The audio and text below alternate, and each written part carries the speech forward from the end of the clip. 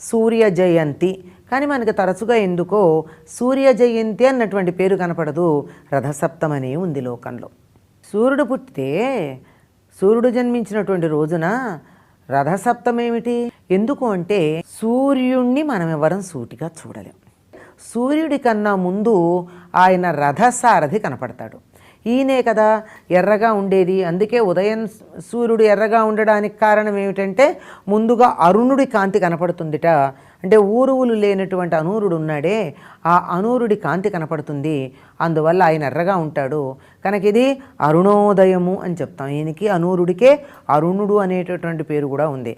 అరుణోదయము అంటే సూర్య రథసారథి ముందు కనపడుతూ ఉన్నటువంటి కాలం. రథసారథికి రథానికి ప్రాధాన్యం ఉండడంతోనే ఈరోజు సూర్య జయంతి అని కాకుండా రథసప్తమి అనేటటువంటి పేరుతో పిలుస్తూ ఉంటాం.